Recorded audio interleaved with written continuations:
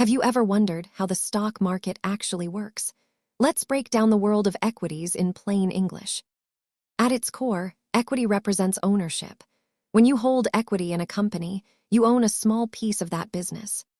Think of a company as a giant pizza. Equity is simply the individual slices that investors can buy and sell.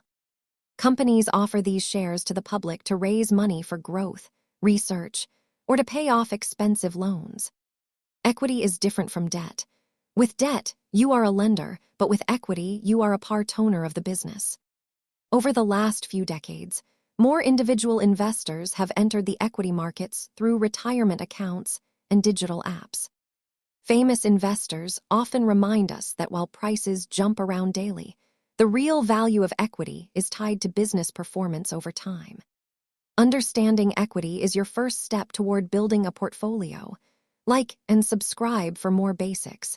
Educational content, not financial advice.